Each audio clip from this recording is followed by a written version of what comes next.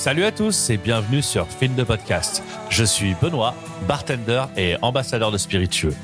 Avec Fin, je pars à la rencontre des hommes et des femmes qui font bouger l'univers du cocktail et du bar. Qu'ils soient bartenders, ambassadeurs, producteurs ou même influenceurs, ces hommes et femmes ont tous leur vision unique de leur métier et je vous emmène découvrir cela. En nature, au comptoir, en terrasse ou même sur un chantier, je vous ferai découvrir leurs univers, leur vision du bar et leur vision de l'avenir sur l'industrie. Installez-vous confortablement, détendez-vous, Fin de Podcast, ça commence maintenant.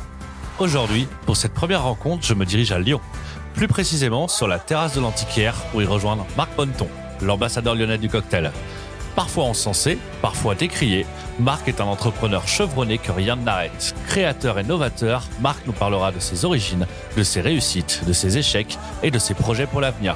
Je ne vous en dis pas plus, bonne écoute. Bonjour Marc, merci d'avoir accepté mon invitation pour le podcast. Merci. C'est un réel plaisir de t'avoir au micro. Et avant de commencer l'interview, on est où? On est à l'Antiquaire. Pourquoi ici? On est à l'Antiquaire, rue Hippolyte Flandrin. Et pourquoi on est ici? Parce que c'est mon bar, et qui était pratique pour donner rendez-vous.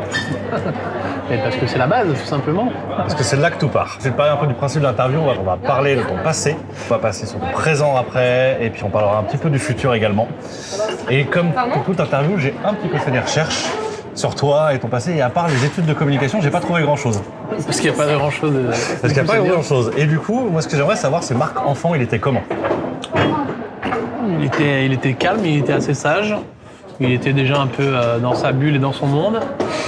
Et ouais, je pense que c'est ma mère qui t'en parlerait le mieux, mais non, j'étais une enfance assez cool, tranquille, quoi. Non, pas de turbulence, pas de vagues, un peu de sport, un peu de jeux vidéo. Enfin, une enfance des années 80-90, ouais, assez basique, quoi, en somme.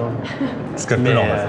Mais emmuré dans une boulangerie, donc déjà dans un univers professionnel dès mon plus jeune âge, quoi. Parce qu'on vivait dans la boulangerie jusqu'à mes 17 ans, donc un bon bout de temps, quoi, tu vois. Et t'étais déjà sur Lyon à l'époque là? Villeurbanne. Villeurbanne. Okay. Villeurbanne. Moi, je suis né à Vaux-en-Velin, j'ai grandi à Villeurbanne, et après, mes parents m'ont fait construire à Saint-Cyr-Mont-d'Or, donc pas bien loin. Et toujours tourné autour de Lyon, et puis après, par rapport à mes activités, forcément, je me suis mis à Lyon, quoi. Et jamais parti de Lyon? Toujours resté à Lyon? Je suis parti vite fait quelques mois à Londres, 3-4 mois. Voilà, mais je suis parti aussi au Canada, mais quand j'étais étudiant. Quand je suis parti à Londres, j'ai bossé quand même, dans des bars, dans un bar. Mais sinon, non, j'ai pas eu d'expérience professionnelle sur du long terme, moyen terme, à l'étranger. J'ai pas fait 3 ans à Londres ou à New York, non. Et ni à Paris, ni dans le sud, ni en saison, rien, quoi. Tu vois, ce quartier, Lyon 1er, j'y suis rentré en 2004 à l'Ayers Rock. Et puis en 2006, le Soda Bar. 2010, l'Antiquaire. Mon appartement au bout de la rue. Avant, juste au-dessus là. Donc, ce qu'on appelle aimer son quartier. Ouais, c'est ça. Ouais. Et déjà enfant, t'étais un peu attiré par l'univers de la restauration ou pas du tout? Non, pas de... ni plus... Enfin, pas de... ni chaud ni froid, quoi. J'ai commencé à bosser directement quand j'avais 17-18 ans dans les bars pour me faire un peu l'argent de poche, tout simplement. Serveur, ensuite barman, voilà, quoi. Ok, et pourquoi du coup les études de communication journalisme? Parce que ça, c'était mon fantasme d'adolescent. J'étais pas trop mauvais à l'école, j'étais pas très bon non plus, mais j'étais un bon moyen, quoi. Et puis voilà, je fantasmais sur le job de JRI, donc journaliste reporter d'image. Et mon rêve à l'époque, c'était d'être partir avec une caméra et filmer des documentaires pour envoyer spécial, Capital, Zone Interdite. C'est ça que je me voyais faire quand j'avais 12, 14, 15 ans. J'étais au journal du lycée, j'étais au journal du collège. Voilà, c'était un pur fantasme en fait. Et pourquoi ça s'est pas fait alors du coup? Parce que j'ai commencé dedans, j'ai fait mes études, j'ai fait 2 années, j'ai fait un stage à PLM, et puis je me suis rapidement rendu compte qu'en fait c'était vraiment du pur fantasme. Et puis que pour vraiment être dans des boîtes de prod qui font ce genre de reportage, c'est déjà des premiers pistons, idéalement être sur Paris, enfin plein de choses. Je me voyais franchir des montagnes infranchissables, quoi. Alors que rapidement j'ai commencé à bosser dans les bars et j'ai trouvé ça tout de suite plus concret et peut-être plus facile. Donc, et après je me suis rapidement projeté en étant à mon compte. Et après, voilà, ça s'est plus jamais arrêté. C'était lancé. Et après, ça s'est suivi le parcours que pas mal de monde connaît, Soda Bar, Antiquaire, Hippolyte, Officine, Butcher, Butcher, Redwood. le Redwood, etc. Parle-nous en plus en détail. Tu as eu combien d'affaires jusqu'à présent? Alors, il y a les affaires que j'aime monter, il y a les affaires où on est venu me chercher, les affaires où j'étais juste associé. Donc en Soda Bar, c'est vraiment mon affaire, 50-50 avec Arnaud. C'est moi qui ai trouvé le lieu et le nom. L'Antiquaire, mon affaire, je suis tout seul. Butcher, je l'ai lancé tout seul avec Emmanuel et Mathieu est venu rapidement dans la boucle avant même que ça ouvre. Mais j'étais l'instigateur et le majoritaire. Butcher Brothers, pareil. Portobello, pareil. Redwood, pareil. Hippolyte, j'étais tout seul avec Thomas Ponson en associé consultant. Jaws, on est venu me chercher. Grand Réfectoire Officine, on est venu me chercher.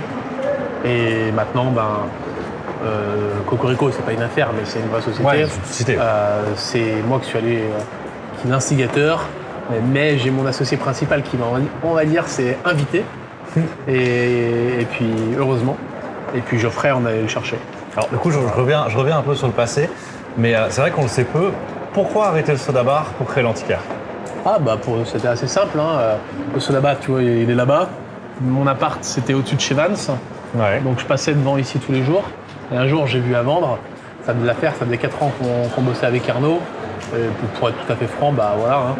T'es associé à 50-50, t'as envie de faire d'autres choses. T'as l'impression de donner 75 et de prendre que 50. Et puis t'as pris suffisamment de maturité, t'as assez de confiance en toi, t'as un petit peu d'argent.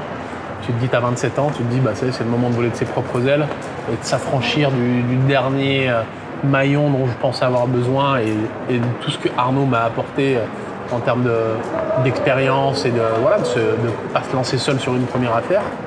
Et après, l'envie de m'affranchir et de faire un projet surtout aussi beaucoup plus personnel qui me correspondait plus et un projet dans lequel je me verrais vieillir. Que le Soda Bar, à la fin, j'en pouvais plus, quoi. Tu vois, cette atmosphère, busy, tout le temps à fond, tout petit bar, la musique super forte. C'était plus mes codes, c'était beaucoup plus les codes d'Arnaud, tu vois. Et moi, ma vraie identité, ce que j'aime au-delà du business, mais l'atmosphère, les bars que je fréquente et les endroits où je me sens bien, c'est plus le passage ou des bars d'hôtel ou des bars comme l'Antiquaire, plus que des bars festifs, pump it up. Moi, je suis pas un mec foncièrement cool, je suis pas un mec festif, je suis un technicien, je suis un créateur d'ambiance, d'atmosphère, mais je suis pas un mec dans la musique, je suis pas dans le son, je suis pas dans l'ambiance. Je suis pas le mec qui va connaître 10 000 personnes et pas organisateur de soirée, tous ces faux semblants. Enfin non, c'est pas moi tout ça. Moi je suis le mec discret, je fais mes trucs, et je fais mes Et cocktails. donc du coup, si je calcule bien, en fait, vous avez créé le Soda Bar, tu avais 23 ans. C'est ça, hein. Ça fait quoi de créer sa première société à 23 ans? C'était ma première vraie société, mais j'ai toujours fait des petits trucs, des petits business. Je vendais des jus de fruits avant, je bossais dans la boulangerie de mes parents, je me faisais un peu de thunes. J'ai toujours eu un rapport à l'entrepreneuriat et à l'envie de faire les choses et pas de pas être salarié. J'ai jamais aimé ce modèle-là. Déjà parce que je suis né dans la boulangerie de mes parents et que mes parents étaient à leur compte. Et j'ai toujours été dans l'approche. Tu t'investis, tu gagnes. Et quand je voyais le monde du salariat, tout était tellement figé, fixé. Tu fais 16 heures, tu as ça comme salaire, tu as une augmentation de ça, tu auras peut-être une prime. Ça marche pas pour moi. Dès très jeune, tu savais déjà que tu allais être à ton compte en fait. Je ne voyais pas autre chose en fait. Parce que je peux m'investir nos limites. Je suis très bon quand je m'investis nos limites. Mais derrière, il faut qu'il y ait une rémunération qui soit nos limites aussi quelque part. Ou en tout cas qui dépende de mon investissement, quoi. En fait, tu avais déjà cette fibre déjà Mais de bien sûr. l'essence. Bien sûr.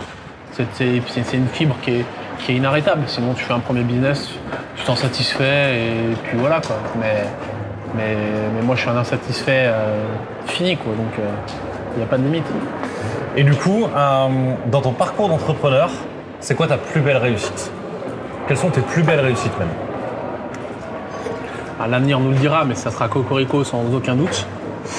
Ensuite, évidemment, l'Antiquaire, qui est une autre phase et qui est une réussite en termes d'identité, en termes de durée, en termes maintenant d'institution, de réputation.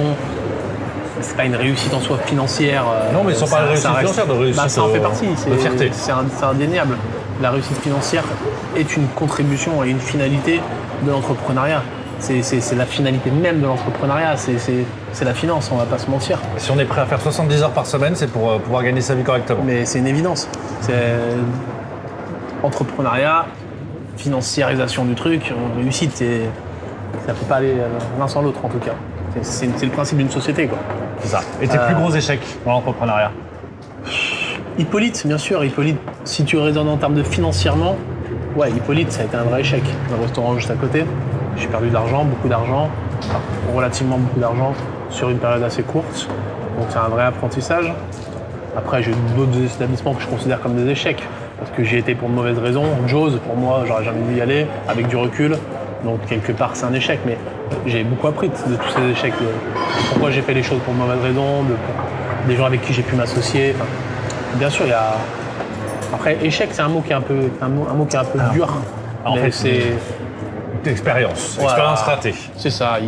Il fallait que je fasse ce restaurant, que je me plante quelque part pour me recentrer sur vraiment recentrer la vision de ce que je voulais vraiment faire, du bar, du cocktail, et rester dans ma, entre guillemets, spécialité, que de vouloir être touche à tout, faire du restaurant à burger, que ça. Non, ça c'est pas ma personnalité non plus, quoi.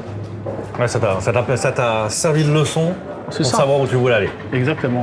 Et en 15 ans de bar, plus 15 ans de bar, 20 ans de bar j'ai vraiment commencé à porter mon premier plat d'eau en octobre 2002. 2002, donc 18 ans de bar, 17-18 ans de bar, ouais, presque 20 ans. En 20 ans de bar, c'est quoi ton meilleur souvenir? C'est dur ça, comme question. C'est pas facile. Le meilleur souvenir, le cocktail préféré. Une soirée que tu te remémores absolument ou Bah, j'ai la chance d'avoir vécu quand même pas mal de trucs de fou, tu vois, mais mon meilleur souvenir, c'est... Je sais pas, tu vois, il y en a qui vont dire ouais, c'était la victoire de la Legacy quand ils annoncent ton nom et que t'es comme ça et que t'as entendu le 3-2 et que t'es sûr d'avoir cartonné et que tu te dis bah il reste qu'une place et tu le sens et t'es là et il lance ton nom, tu vois. Mais quand j'ai gagné aussi la rematch Biatch, c'était cool. Quand j'ai gagné les trophées du bar, c'était cool. Il y a pas de... J'ai plein de souvenirs aussi au Cosmo, tout simplement, où j'étais là, je mettais de la musique, je voyais les gens kiffer.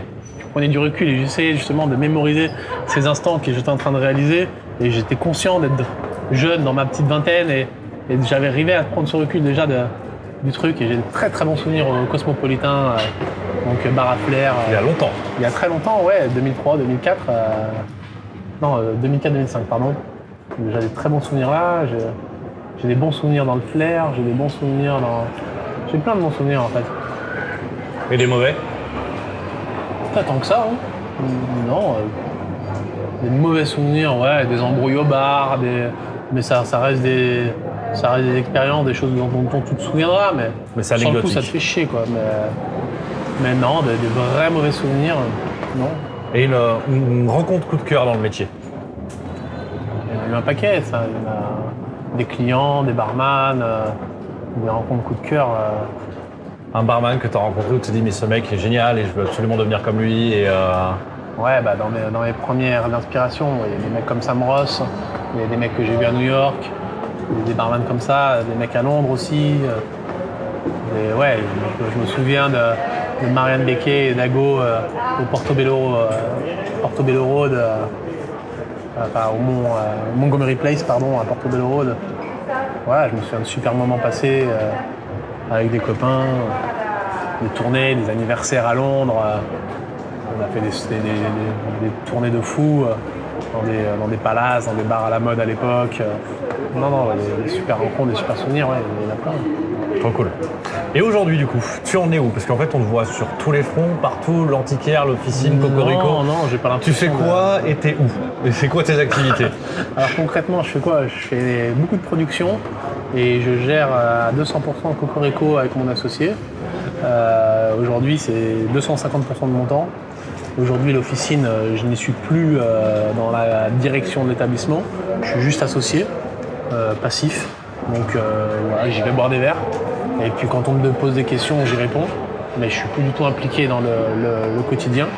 J'étais vaguement impliqué dans le management, comme ils disent, où je supervisais Adrien et je donnais la direction. L'officine, j'ai mis en place, j'ai mis l'identité, j'ai mis la première équipe, j'ai mis en place Adrien, David aussi à l'époque. Après, maintenant, c'est quelque chose qui est en roue libre. Mais en tout cas, voilà, c'est un bar dans lequel je me suis beaucoup impliqué, où j'ai tout amené, j'ai tout créé avec David. L'établissement, l'atmosphère, le lieu, le concept, l'équipe, la carte, les relations commerciales, pas mal. Aujourd'hui, voilà, je m'en occupe plus du tout concrètement, parce que mon travail est fait, j'ai passé le relais. Et parce que concrètement, mon application dans Cocorico me laisse pas une minute pour l'officine. Et même l'antiquaire, tu vois, je suis là aussi aujourd'hui parce que je fais d'une pierre deux coups. J'ai livré Valentin avant, je passe à l'antiquaire parce qu'il y a des choses que je ne délègue pas à Valentin, donc forcément je viens les faire une fois ou deux fois par semaine. Donc je passe une fois ou deux fois par semaine à l'antiquaire. Mais aujourd'hui, voilà, tout le quotidien est délégué à l'équipe en place. Et je suis toujours le garant évidemment et la caution de l'atmosphère, de l'identité, de l'ADN. Et ça, il n'y a rien qui changera. Et Valentin, quand il a signé son contrat, c'était pour continuer dans cette lignée, dans cette identité-là. C'était pas pour le révolutionner ou pour ramener d'autres choses. Il a sa part de liberté dans son quotidien, dans ses cocktails. Mais à côté de ça, il respecte le cadre de l'antiquaire que je définis déjà depuis 2010. Quoi. Et du coup, pour ceux qui ne te connaissent pas, c'est quoi l'antiquaire, l'officine et Cocorico? L'antiquaire, c'est un bar d'inspiration américaine, rétro, dans l'esprit Mad Men, pour ceux qui arrivent à visualiser la métaphore, années 50, 60, c'est un classique cocktail bar dans son offre. C'est-à-dire que voilà, on a bien sûr quelques créations, on fait quelques créations, mais on essaye d'être bon dans nos classiques et dans cette identité-là. On n'est pas un bar moléculaire, on n'est pas un bar à flair, on n'est pas un bar à fruity martini, on n'est pas un bar à shot. Enfin voilà, on est dans la définition la plus classique d'un bar à cocktail classique pour moi, dans une atmosphère, dans une identité rétro américaine, années 50, 60. L'officine, c'est beaucoup plus moderne.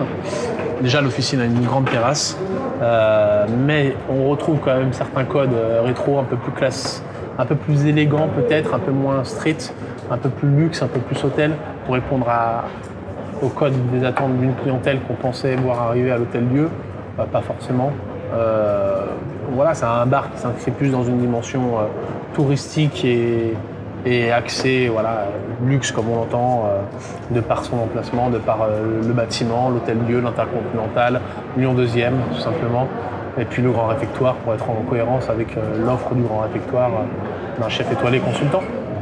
Et Cocorico, c'est un peu l'opposé de tout ça, mais c'est quand même le fruit de mon travail et de mon apprentissage et de mon expertise sur ce qu'est le cocktail mainstream et ce qu'est le cocktail qui plaît au plus grand nombre. C'est pas des cocktails pour barman, même si évidemment il y a des classiques, mais c'est pas des cocktails pour faire les World 50 Best. C'est des cocktails pour être bu partout, surtout là où ce ne sont pas des bars à cocktails, aussi bien dans des restaurants que dans des hôtels où il n'y a pas de barman la nuit, que dans des campings, que dans des festivals, que dans des mariages, que sur des plages, que dans des bowling, que partout en fait. Ouais. C'est pour démocratiser le cocktail. C'est ça, la vraie démocratisation du cocktail, elle se fait pas dans les bars à cocktails qui doivent représenter à tout casser 0,01% des licences 4 françaises. Mais aujourd'hui, la culture cocktail s'est tellement développée et a tellement grandi qu'aujourd'hui, on a envie de boire un cocktail, aussi bon soit-il, dans un bar à bière, dans un bowling, dans un restaurant, ne serait-ce qu'un spritz digne de ce nom, dans une brasserie du Midi, en terrasse, enfin voilà. Et donc Cocorico s'annonce comme une solution de service, un outil de gestion pour des établissements qui n'ont ni le savoir-faire, ni la masse salariale, ni l'outil de travail, ni le temps, et qui ne veulent pas s'emmerder avec tout ça, tout simplement. Nous, c'est notre passion, mais il y en a des patrons de bar qui n'ont pas envie d'investir 10 000 balles dans un bar, dans des stations, de payer un chef barman qui va leur mettre une tête comme ça, qui a de rotation de personnel, et qui, en face de lui, a des clients qui lui demandent un spritz, un mojito, un espresso martini, un panza martini, on a bu ça dans tel bar à la mode parce que tel barman... Est-ce que je peux avoir un Negroni? Ouais, ne serait-ce qu'un Negroni. Toi, ça te paraît tellement simple, mais pas plus tard que ça, tu vas boire des Negroni dans des brasseries, ils te servent des Americanos ou ils te mettent du Noliprate dedans. Oui, mais il y en a tellement. Comme je dis, les barman, quelque part, sont une élite dans le cadre étymologique du mot. C'est que ce sont des gens qui ont été formés à faire des boissons mélangées. Mais les CFA et compagnie, ils forment quoi, 200, 300 barman par an? Il y a combien? 30 000, 40 000, 50 000 établissements? Et quand tu sais que tu as la moitié des étudiants qui sont formés en mention complémentaire qui arrêtent au bout de 3 ans, voilà quoi, il y a clairement une pénurie de savoir-faire, une pénurie de barman. Donc forcément, l'offre et la demande, à un moment donné, ça coince. Et toi, tu es là depuis 10 ans. Depuis 10 ans, tu es la figure emblématique du cocktail à Lyon. Ouais, ça c'est une étiquette qu'on m'a collée. Mais c'est vrai, c'est vrai. Ta réputation est plus à faire, tu es parfois encensé, parfois décrié, mais tu es toujours là. Et à ton avis, c'est quoi la recette de ton succès? La persévérance et la stabilité et puis je pense prendre beaucoup de recul vis-à-vis de tout ça et voilà, comme tu dis, apprécier, décrier, ça c'est les gens qui parlent de moi, c'est les journalistes qui veulent pas se prendre la tête et qui chez un bar à cocktail, l'antiquaire, allez, hein, on reprend les mêmes et voilà, il y a un nouveau, c'est assez rassurant, c'est stable. Après, forcément, j'ai été médiatisé plus que d'autres parce que j'ai fait plus de choses. J'ai gagné des gros concours. Mais quelque part, moi, à part les concours, je ne cherche pas à me mettre plus en avant que ça. Tu ne me vois pas faire 12 000 guests, former des gens, être sur Instagram à essayer de briller, tu vois. Je montre ce que je fais partiellement, mais j'essaye pas d'attirer à moi plus que ça le truc, quoi. Mais après, je sais pas te dire pourquoi. Décrier, pareil. Je suis décrié, mais pourquoi je serais décrié? Qu'est-ce que j'ai fait de mal? Qui j'ai dérangé? En quoi je suis décrié? Tu vois? Parce que quand on bouscule les choses, on est décrié. Parce que j'ai bousculé qui? J'ai bousculé quoi? T'as bousculé ton établissement emblématique en mettant des pompes à cocktail. Ça c'est récent, ça. Mais ça, après, c'est un choix stratégique et marketing. Ça, c'est une paire de couilles, surtout. Et qu'il y a un moment donné, en fait, ce que souvent les gens ont du mal à comprendre, c'est que je pense que ce qu'ils ne comprennent pas, c'est que tu es entrepreneur avant tout. Ouais. Et tu as plusieurs sociétés à faire tourner. Personne n'est venu me le dire en face, tu vois. Ah, t'as mis des tireuses. Ouais, on peut le dire aujourd'hui, tu vois, j'ai 8 tireuses à cocktail. Enfin, j'ai 8 tireuses. Il y a des cocktails qui passent dans ces lignes. La tireuse, ça n'a jamais été l'outil de la bière. Ça l'est, mais tu peux mettre du vin. Dans un fût, tu mets ce que tu veux. Voilà, après, si les gens ou les autres, entre guillemets, n'ont pas l'ouverture d'esprit de se dire que des cocktails peuvent être servis à la tireuse, c'est leur problème, c'est pas le mien. Moi, j'ai vu ça, j'ai vu cette faisabilité, j'ai vu l'intérêt que ça représentait, j'ai vu la rapidité que ça représentait, j'ai vu l'économie de masse salariale que ça représentait, la consistance que ça représentait. Et je me suis dit, l'antiquaire, c'est mon bar, c'est mon showroom. Si moi-même, je suis pas moi-même le premier représentant de Cocorico, comment je vais aller convaincre des mecs qui ont 10-15 établissements de mettre en place une solution qui serait même pas dans mon établissement? Ça n'a pas de sens. C'est un pari sur l'avenir et sur l'avenir de la catégorie RTD. Donc, Bien sûr. Tiens, c'est marrant, tu vois. Je l'ai même pas regardé encore. Mais si c'est comme le mois dernier, les cocktails Cocorico, c'est plus de 60% de vente des cocktails de l'antiquaire. Mais ça m'étonne pas parce qu'en fait, malheureusement, ou heureusement, je sais pas, mais nous, barman, on a trop souvent tendance à être élitistes et oublier le client lambda qui, lui, au final, ne regarde pas ce qui se passe au bar. Tout ce qu'il veut, c'est avoir un bon drink dans son verre. Il est assis au fond et il veut payer ça le moins cher possible et attendre le moins longtemps possible. Et que ce soit bon dans le verre, et lui, il s'en fout que ce soit la tireuse au final. C'est ça. L'expérience, quoi qu'il en soit, elle est binaire. Tu te souviens jamais de ce que tu as mangé, ce que tu as bu. Tu te souviens juste si tu as passé un bon moment ou pas. Et c'était bien, c'était pas bien. C'est tout ce qui restera quand tu te souviendras de ton souvenir d'il y a un an. Et le barman, il était sympa, il a contribué au truc. Et c'était super bon, mais putain, c'était super cher. C'était une expérience pas terrible. Mais c'était bon, ouais, c'était sympa, l'atmosphère était cool. Non, je me souviens pas avoir payé un prix hors de prix. C'était un bon souvenir. Je recommanderais cet établissement. Et ça vaut pour toutes les expériences humaines que tu fais, que ce soit les restaurants, tout. C'est à la fin de tout, une expérience, elle est binaire. J'ai aimé, j'ai pas aimé. Fin de l'histoire. Et pour ça, il faut avoir une uniformité dans ce qu'on propose. Et que le barman ou le serveur soit sympa, que tout soit cool. 60%,19, comme le mois dernier. Pareil, 2687 cocktails Cocorico. C'est beau, c'est beau. J'ai même pas regardé ça, on est le 2, là, je suis arrivé tout à l'heure. Et du coup, toi qui es sur la scène depuis très longtemps, comment tu vois la scène cocktail lyonnaise et française aujourd'hui?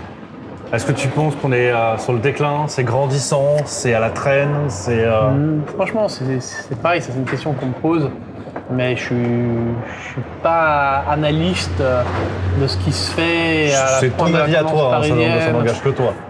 Non, je pense que le business model, encore une fois, je reviens au cœur du truc, le business model du bar à cocktail, comme on l'a connu, comme on l'a vu grandir depuis fin des années 2000 jusqu'à aujourd'hui, c'est un business model qui est mort. Et ça fait déjà 3-4 ans que je le dis. Parce que justement, le cocktail est partout. Et ces cocktails partout concurrencent en tirant vers le bas les bars à cocktails, en faisant des cocktails plus vite, moins cher. Pour les barman à cocktail, ils vont te dire moins bon, mais le client au final il va te dire moi j'ai passé un super moment là-bas, le cocktail était très bon. Et le fait que tu fasses ta réduction de kumquat sur fond de chéri dans ton établissement, bah, franchement, je m'en bats les couilles. Toi, ça te fait kiffer toi, ça fait kiffer tes potes barman. Mais je suis venu, tu m'as parlé de ça, tu m'as mal parlé, j'ai payé mon verre 15 €. Bah, j'ai préféré mon Morito Passion dans le bar à bière là-bas. Il y avait une bonne vibe et je l'ai payé 7,50 €. Tu vois. Enfin, je caricature, bien sûr.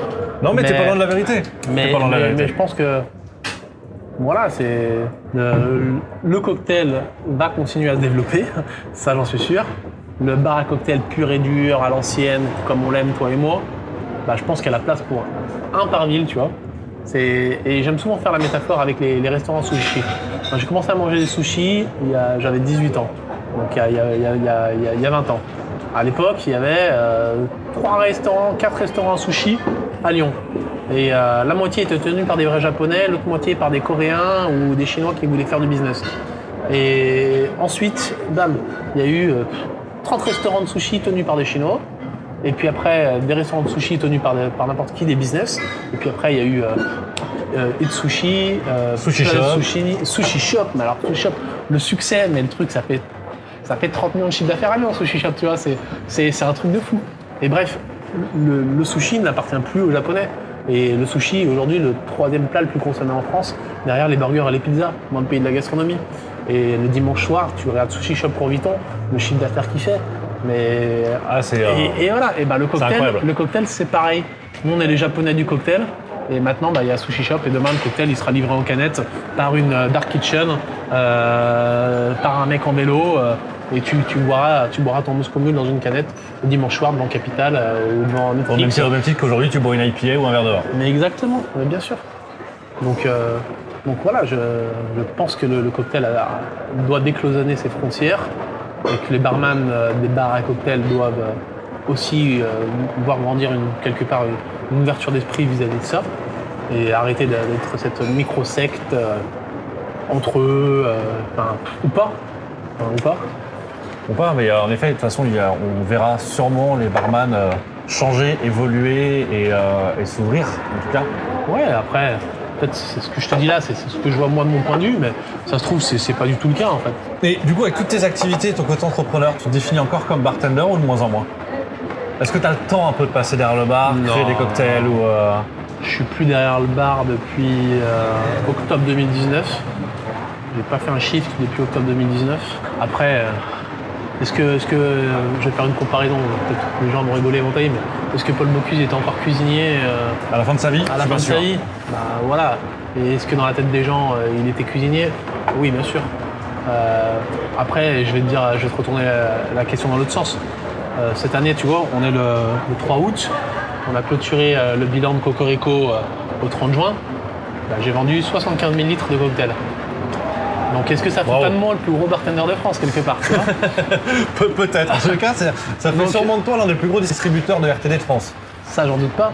Mais aujourd'hui, il y a des gens partout qui ont bu des cocktails Cocorico et qui ne sont pas dit j'ai bu des cocktails ready to drink, j'ai pas bu des cocktails à la pression, j'ai pas bu des cocktails en bouteille parce que je les ai pas vus derrière le bar. Et même si je les aurais vus, s'ils étaient bons, quel est le problème? Il n'y a pas de problème. Donc oui, je continue à faire des cocktails, je continue à faire des batchs. Avant, je faisais des batchs de 6 litres. Maintenant, je fais des batchs de 200 à 1500 litres plusieurs fois par jour. C'est bon. C'est bon. Donc oui, pour moi, je suis toujours barman, tu vois. Il n'y a pas plus tard que ça. J'étais invité dans des grandes maisons de sirop, chez des grands liquoristes pour faire des collaborations. À la fin du mois, je rencontre Marc Darroze pour réfléchir à des cocktails à l'Armagnac. Donc j'ai toujours ce même process de créativité. Sauf que mes verres sont mes bouteilles, mes plateaux sont mes palettes et mes serveurs sont des camions. Et mes bars sont des cavistes ou des CHR partout en France. Mais je continue à faire la même chose. Voilà. Mon verre à mélange, c'est ma cuve. C'est juste de manière beaucoup plus industrielle. Ouais, même pas. Pas industrielle, mais beaucoup plus... Artisanalo-industrielle. Ouais. L'industrie, pour commencer à la fréquenter, c'est autre chose encore. Oui, c'est encore beaucoup plus gros, mais ça reste craft, mais c'est produit à plus grosse échelle. Quand tu vois les mecs qui disent craft, Brooklyn Lager, craft, ou Brewdog, craft, tu vois. Alors j'adore Brooklyn Lager et je n'irai pas critiquer, mais le côté craft, c'est perdu depuis quelques années. Et voilà, Tu vois, Cocorico aujourd'hui c'est Brooklyn Lager ou Brewdog il y a 15 ans quoi, quelque part. C'est le démarrage. Et du coup, côté vie perso, ça te laisse du temps pour autre chose, toutes ces activités ou très peu? Quoi? Tes activités d'entrepreneur, Cocorico, gérer l'antiquaire, etc. J'ai un rythme de vie aujourd'hui qui est bien plus cool que quand j'étais barman, c'est sûr, hein, tu vois, je fais un lundi, vendredi, 8h, 8h18, 19h, je suis chez moi tous les soirs, enfin je suis libre tous les soirs, je suis en week-end les vendredis, parfois à 15h, parfois à 17h, j'ai mes samedis, dimanches, je prends des vacances. Donc non, j'ai un rythme de vie qui est beaucoup plus, on va dire, normal quelque part. Et comment t'occupes ta vie perso du coup? Ton temps libre? Sport, jeux vidéo, découverte de resto, tu continues à aller chercher un peu d'inspiration dans la cuisine ou dans le bar à cocktail involontairement. Après non, je rentre chez moi, je me repose. Aujourd'hui j'ai quasiment 40 ans, j'ai plus la vie que j'avais quand j'en avais 25, c'est sûr. Je sors pas beaucoup, je suis bien chez moi, j'ai déménagé, on a une maison avec ma compagne. On est chez nous, on est bien, on fait ce que les gens normaux font, quoi. On regarde des films, on se fait à bouffer, on part en week-end. Je prends de l'inspiration sans la chercher. Tu vois, là, j'ai challengé Valentin pour faire un Bloody Mary carotte kumquat acidulé parce que j'ai mangé, avec ma compagne, on est allé chez Hélène Darroze dans le sud de la France, au Château Lacoste, tu vois. Et c'est Thomas, anciennement chef de cuisine de la bijouterie, qui est chef là-bas. Oui, et chef barman, c'est un peu ancien barman. C'est Béni, voilà. Donc voilà, on a pris un plat et il y avait un plat avec une sauce carotte kumquat acidulée. J'ai trouvé ça super bon. Et du coup, je me suis dit, tiens, je ferais bien un Bloody Mary. Ouais, donc t'as toujours l'inspiration qui te vient quand même. Ouais, mais je la cherche pas. Ça vient sur une émotion, sur une inspiration comme ça. Mais comme n'importe quel barman ou cuisinier qui va manger ou boire un verre, qui va avoir une association sympa et ça va lui inspirer un truc, quoi. Et ton avenir alors? Comment tu le vois dans 1 an, dans 5 ans, dans 10 ans? Dans 1 an, dans 5 ans et dans 10 ans. Dans 1 an, on sera dans notre nouvelle usine, ça c'est sûr. T'as grandi? On fait construire une nouvelle usine, beaucoup plus grande, 5 fois plus grande. Ah oui, beaucoup plus grande, oui, en effet. Voilà, ça c'est en cours. Dans 5 ans, j'espère qu'on aura suffisamment structuré, développé pour pouvoir prendre un peu de recul, un peu de hauteur et beaucoup plus manager et moins faire pour me reposer un peu. Et puis dans 10 ans, on verra, c'est un peu trop loin pour se projeter, mais on verra, l'avenir nous le dira. Et du coup, l'avenir de Cocorico, c'est de grandir, mais l'avenir de l'antiquaire? L'avenir de l'antiquaire, c'est... Rester toujours dans le même état d'esprit? Non, je me suis donné une ligne, dans 4 ans, j'aurai plus de crédit, et soit j'ai l'opportunité d'acheter les murs, quelque chose que j'ai déjà fait, déjà demandé et déjà essayé, qui m'a été refusé, et si dans 4 ans, on ne veut pas me vendre les murs, je pense que je fermerai l'antiquaire rue Hippolyte Flandrin et puis je le revendrai et je me mettrai en quête d'un mur et fond à Lyon avec une beaucoup plus grande terrasse, avec une cuisine et je déménagerai l'antiquaire dans un lieu beaucoup plus grand, de plein pied. Mais qui restera dans l'identité de l'antiquaire. Mais ça sera la même chose en mieux. En mieux ou pas, mais je sais souvent que c'est compliqué de déménager un établissement, qu'on perd la magie, blablabla. Schumann, il l'a réussi. Moi, je pense que c'est faisable. Évidemment, tu passes pas de 40 mètres carrés à 600 mètres carrés, c'est pas l'idée, mais tu vois, l'antiquaire à la place du rive gauche, c'est quelque chose qui me parle, par exemple. Ok. Tu vois, quelque chose comme ça, quoi. L'antiquaire à la place du Juliette, pourquoi pas, tu vois. C'est vrai. C'est peut-être pas le coin là, parce qu'il y a trop de bars, il y a trop de festivités autour, mais un antiquaire dans le 6e ou un antiquaire dans le 2e, à la place de l'espace ou de l'espace brasserie ou du café Bellecour, tu vois. Quelque chose comme ça. C'est un joli projet. Ouais, c'est très chouette. Je cite des noms comme ça, je vais pas les racheter, mais je pense que dans 4 ans, j'aurai les épaules, les moyens et l'envie de le faire, quoi. L'officine, comme tu disais, c'est en roue libre, donc son avenir dépend pas de moi. Dépend pas de toi. D'autres projets d'ouverture, de création, d'association? Il y a plein de projets. Il y a des Cocorico bars dans les tuyaux, il y a des Cocorico bars? Ouais, bien sûr. Enfin, ça s'appellera pas Cocorico bar, mais ça sera des Cocorico bars. Ça, c'est une évidence. Une franchise de bar, d'événementiel, des food courts, des projets de cocktails en canette, Ah ouais, donc plein de projets encore en tête. Plein d'idées, plein de choses qui vont arriver dans les 2 prochaines années, c'est sûr. Certaines qui sont déjà presque concrétisées ou pas du tout? Non, mais c'est des choses qui avancent. Tu le verras au Syrah. Ah, on verra au Syrah. Ok, très bien. Rendez-vous au Syrah alors. Rendez-vous au Syrah. Et L'avenir du bar à cocktail, on en a parlé rapidement, mais quand c'est le cocktail, que ce soit en France ou international, je pense qu'il faut vraiment que le modèle économique évolue. Mais il a déjà évolué. Les meilleurs établissements sont des restaurants, sont des lieux festifs. En fait, quand je dis bar à cocktail, c'est vraiment ce bar pur, sans restauration, ouvert de 18h à 3h du matin. Genre vraiment, tu vois, ce business model soda bar, antiquaire, ça c'est mort pour moi. Maintenant, ce qui se monte, des Dante ouvert toute la journée, qui te fait des cafés, qui fait à manger, et où il y a un bar-programme cocktail, tu vois. D'Anico, d'Arocco, même Solal, c'est un restaurant où il y a des cocktails, Casa Jaguar, enfin voilà, le cocktail est dans ces lieux-là. Aujourd'hui, il faut aller dans des lieux hybrides. Mais bien sûr, tout simplement en fait. Le chouchou, voilà, le chouchou quelque part. Alors, en plus avec un speakeasy. À l'époque, il n'y a plus. Avec le cocktail bar en bas. Mais voilà, typiquement, des investisseurs et des patrons d'établissements avisés comme Jean-Paul Donjon et Marc Chabert qui ont fait la nuit lyonnaise ces 30 dernières années avec des établissements comme le FNK, quand ils ouvrent un nouveau établissement en 2019, ils font un speakeasy dans le sous-sol. Et au bar du restaurant à l'étage, ils font des spritz, ils font des cocktails. Elle est là la mutation. Alors que dans leur établissement principal historique, il n'y a jamais eu de cocktail. Non, c'est sûr. Tu vois ? Et c'est la restauration festive avec, tu manges, tu fais la fête, il y a un DJ, tu bois des cocktails, tu bois du champagne. Le cocktail est dans ces lieux-là. Il n'y était pas il y a 10-15 ans. Elle est juste là l'évolution. Le cocktail arrive dans des lieux hybrides où tu peux venir de 15h et finir ta soirée à 3h du matin et t'as pas bougé d'endroit. C'est ça. Le business model pur et dur, c'est un mauvais exemple contre de la bourse, mais ils ont beaucoup ouvert à midi, ils ont essayé plusieurs fois de faire à manger le midi, même ils continuent, je sais pas. Mais voilà, le bar à cocktail comme on le connaît dans son petit business model, bar dans une petite rue qui ouvre à 18h, qui ferme à 1h et qui fait que ça, c'est trop limitant. Avant, on était spécialisé parce qu'il y avait très peu d'établissements. Donc les gens venaient dans ces établissements. Mais maintenant, c'est beaucoup plus grand. C'était tant mieux. Eh bien, écoute, on arrive à la fin de l'interview. Qu'est-ce qu'on peut souhaiter pour l'avenir ? Comme je dis à chaque fois, c'est que tout continue à se dérouler selon mes prévisionnels, selon mes plans. Et voilà. Et que le comptable soit content. Ouais, que ça continue. Et qu'on a les moyens de nos ambitions et que ça plaise aux gens. Et voilà, c'est le succès financier n'est que la conséquence positive du travail et de ce que tu offres et qui rencontre une demande tout simplement et il y a des gens qui sont satisfaits. Tu offres quelque chose, les gens sont satisfaits, ça fait du bouche à oreille, ça marche et ça te permet de faire d'autres choses et ainsi de suite. C'est pas plus compliqué que ça. C'est un super cercle vicieux pour le coup. C'est ça. Ce n'est pas vicieux mais c'est un super cercle.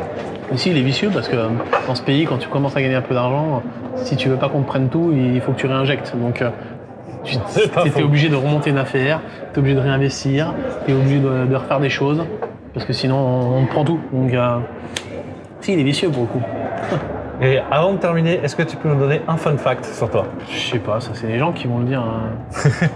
Non, j'en sais rien, je suis un peu autiste, je suis un peu seul dans ma bulle. Non, je pense que je suis un caméléon, tu vois. Je suis aussi à l'aise dans un costume 3 pièces à 2000 balles que, tu vois, là, comme ça en détente, avec 50 balles de sable sur moi. Et je suis aussi à l'aise dans un palace en train de boire des cocktails à 35 que de boire une bière à 3,50 € place Satonnet. Je suis aussi à l'aise à Villeurbanne qu'à Stade. C'est peut-être ça mon fun fact. Je suis un putain de caméléon en fait. Mais c'est bien. C'est un super fun fact. Bon, en tout cas, Marc, merci de m'avoir reçu. Et, avec plaisir. Et merci d'avoir répondu à toutes ces questions. Et puis, on se retrouve très bientôt à l'Antiquaire ou autour d'un cocorico.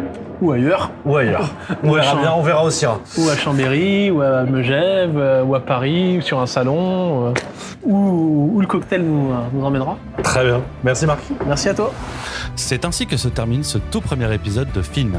Je vous rappelle que vous pouvez retrouver tout ce que fait Marc sur les réseaux sociaux et je vous mettrai tous les liens dans le descriptif de l'épisode. Merci à Marc pour son accueil et à Valentin pour le support boisson tout le long de l'interview. Je quitte donc l'Antiquaire, plein d'infos sur le parcours de Marc et repars dans mon Annecy natale pour la prochaine interview. J'y retrouverai Yves Cosentino, créateur de la liqueur de café Algebra Extra Dry, pour qu'il nous parle de son parcours et de son produit. Merci à tous d'avoir suivi cet épisode de Fine. Vous pouvez retrouver Fine sur toutes les plateformes de podcast et aussi sur Instagram, LinkedIn et Facebook. Si vous avez aimé ce que vous avez écouté, n'hésitez pas à mettre 5 étoiles et partager autour de vous. Et si vous souhaitez parler de votre projet, de votre bar ou de votre marque, contactez-moi sur benoît@finespiritueux.com. Merci à tous.